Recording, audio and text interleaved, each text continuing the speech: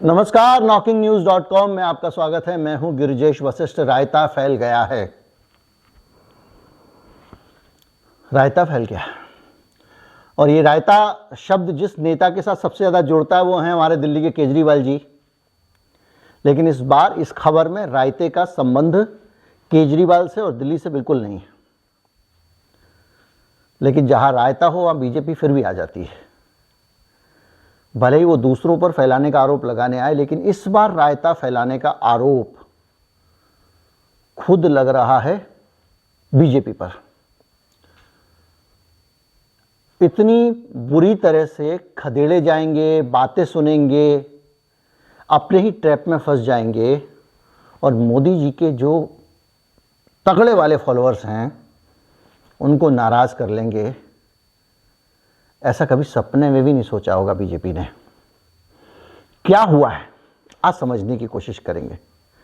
जो मोदी जी के लिए ढोल लेके पहुंच जाते हैं, सीटियां बजाते हैं, पैसा खर्च करते हैं, वो लोग गुस्से में हैं। मैं अभी आता हूं। चैनल को सब्सक्राइब कर लीजिए, अपने दोस्तों को भी बुला लीजिए, बातचीत आगे बढ़ाते हैं।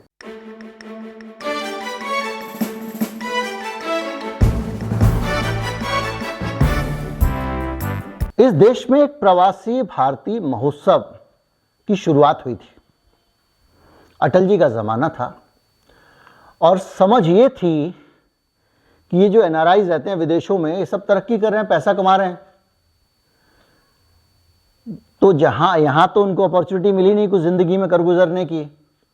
अब वहाँ जाके वो कर ले रहे हैं, तो क्यों ना उनकी जो देश के प्रति भावनाएं हैं, जो प्यार है देश के लिए, मोहब्बत है, उसको भुना लिया जाए। और इसी सोच के साथ प्रवासी भारतीय सम्मेलन हुआ और ये भी कहा गया कि जो प्रवासी भारतीय आएंगे उनका बहुत सम्मान करेंगे, उनको प्यार देंगे। अतिथि देवो भव कहा गया उनके लिए, घर के आदमी को अतिथि कहा गया। चला आ रहा है सिलसिला। और इस बार जब G20 में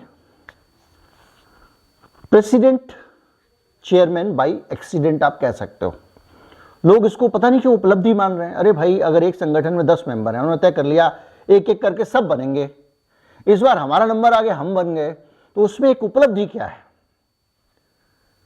हमारा डंका बज गया, ये हो गया, जो भी है। हमसे पहले जो देश था वो तो कुछ भी नहीं था हमारे सामने। खैर, तो प्रवासी भारतीय सम्मेलन G20 में हमारे जाने के बाद हो रहा है। तो जब प्रवासी भारतीय सम्मेलन हुआ तो इस बार मध्य प्रदेश को चुना गया।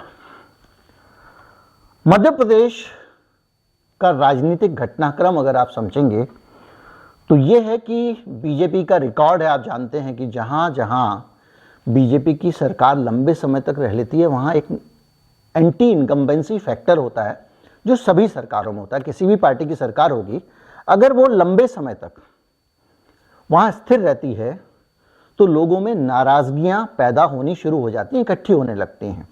उसको कहा जाता है एंटी इनकम्बेंसी, कि सरकार के खिलाफ लोगों का जो गुस्सा है वो पार्टी के खिलाफ हो जाता है।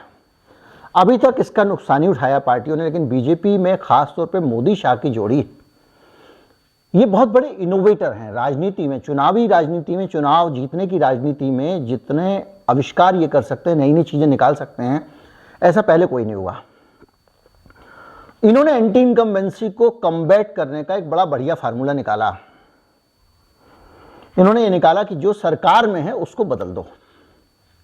तो जैसे दिल्ली में आपको याद होगा, इस नगर निगम चुनाव से पहले का जो चुनाव था उसमें जनता में बहुत नाराजगी थी, क्योंकि पार्षद 10-10 साल से जमे हुए थे, कामकाज कर नहीं रहे थे और करप्शन बहुत ज़्यादा था, भ्रष्टाचार बहुत था। अगर एक नाली बनेगी तो उसमें भी कट चाहिए। ये देश भर में जो स्थानीय निकाय हैं उसमें भ्रष्टाचार होता भी ज़्यादा है।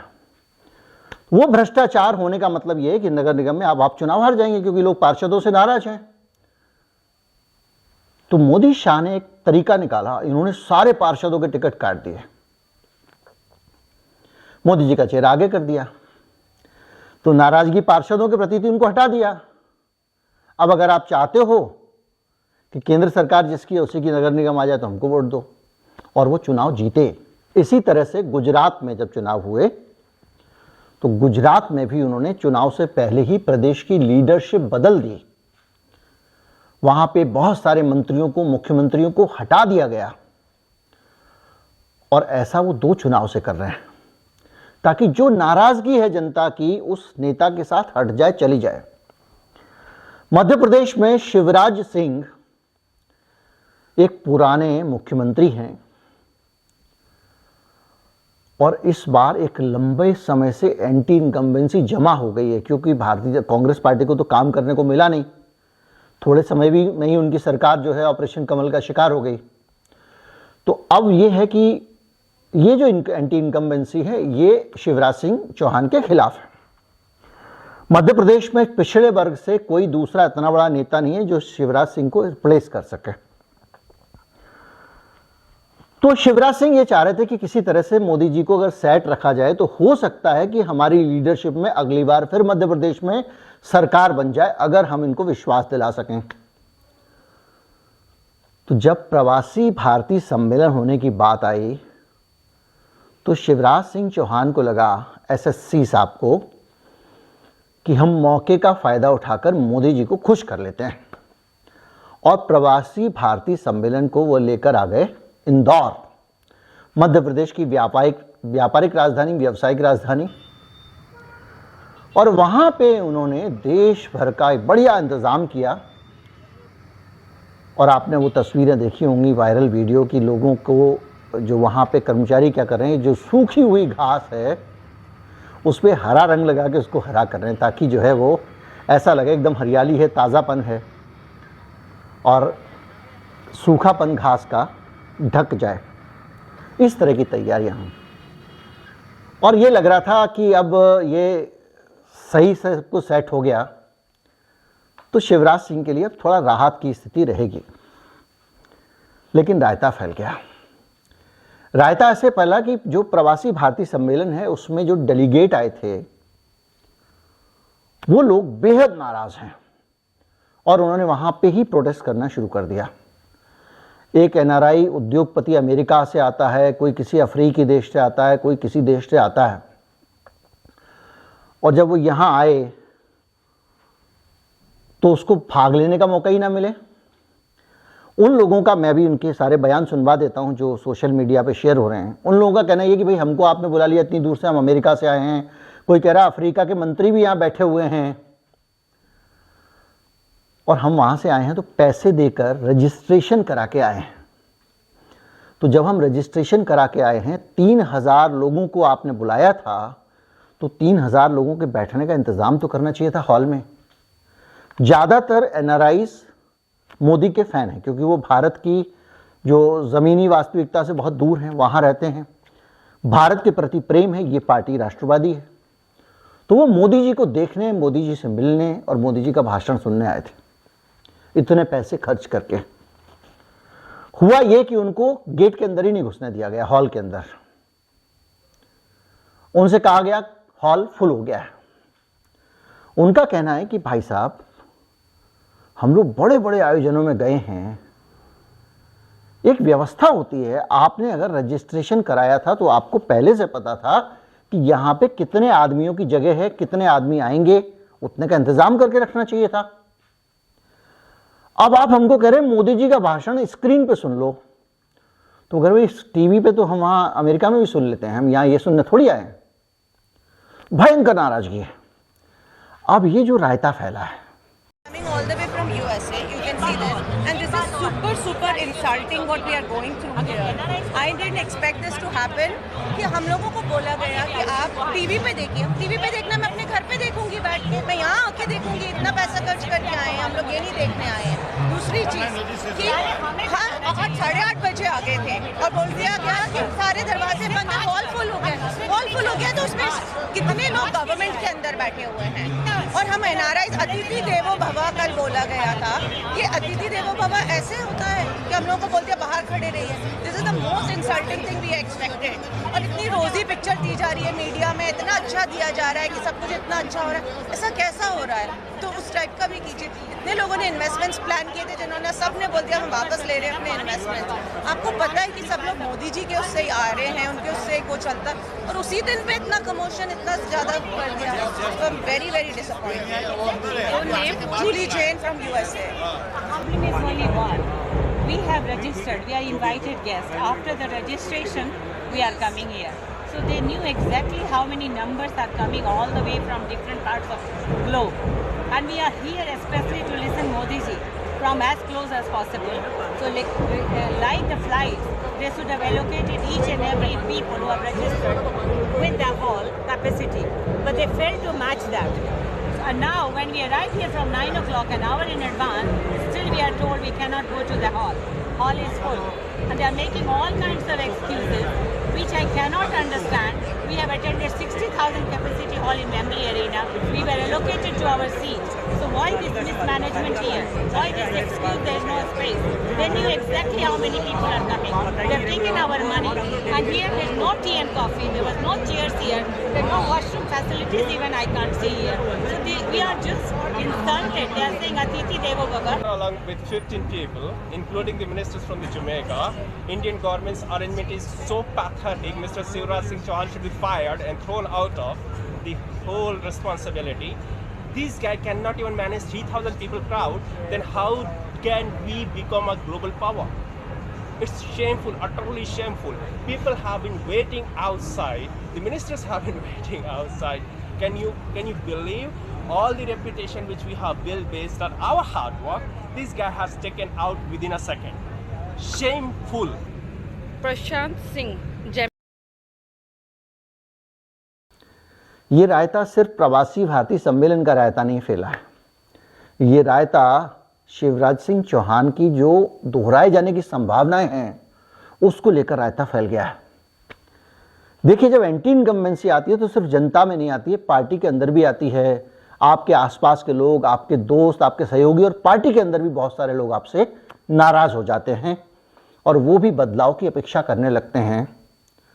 और जो चैलेंजर है, भले ही वो उनसे भी खराब निकले, लेकिन वो उसके इर्द गिर्द इकट्ठे हो जाते हैं। तो मध्य प्रदेश के केस में चैलेंजर के तौर पे जिसका नाम आ रहा है वो है ज्योतिरादित्य सिंधिया।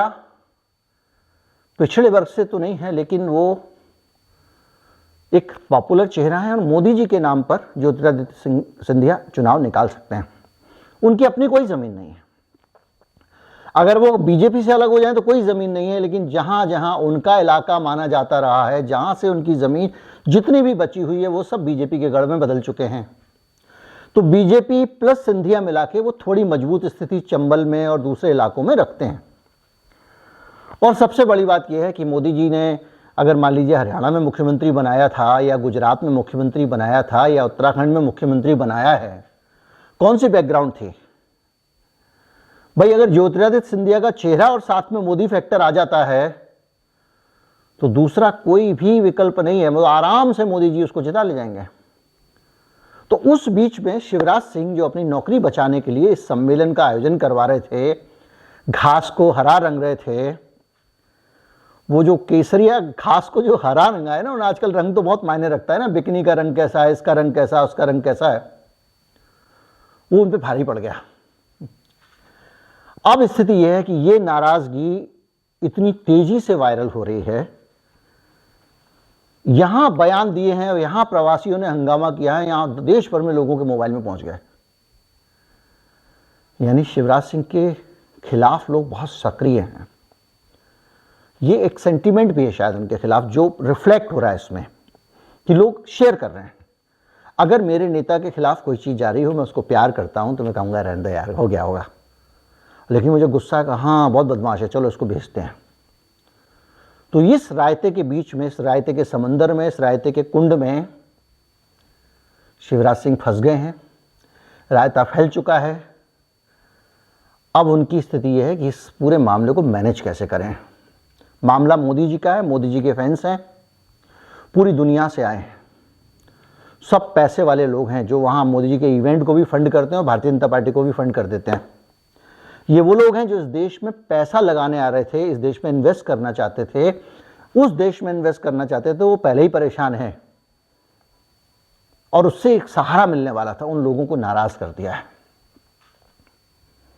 अब 56 दुकान पे खाना खिलाए। 56 दुकान इंदौर में कुछ 56 दुकानें हैं एक साथ लाइन से, जिसमें ज़्यादातर चाट की दुकानें, ये सब दुकानें हैं, कुछ एक खिलौने विलौने की भी बच्चों की दुकानें हैं। लेकिन उस इलाके को ये माना जाता है कि ये चाट पकौड़े का हब है इंदौर का। वहाँ पे खाना खिला के, वहाँ पे लोगों को चाट पकौड़ी खिला के तो सरकार मना नहीं पाएगी। वैसे भी चाट पकौड़े का सेशन हो गया, दोबारा ले जा नहीं सकते। तो जो भी होने वाला है वो कुछ रोचक होने वाला है।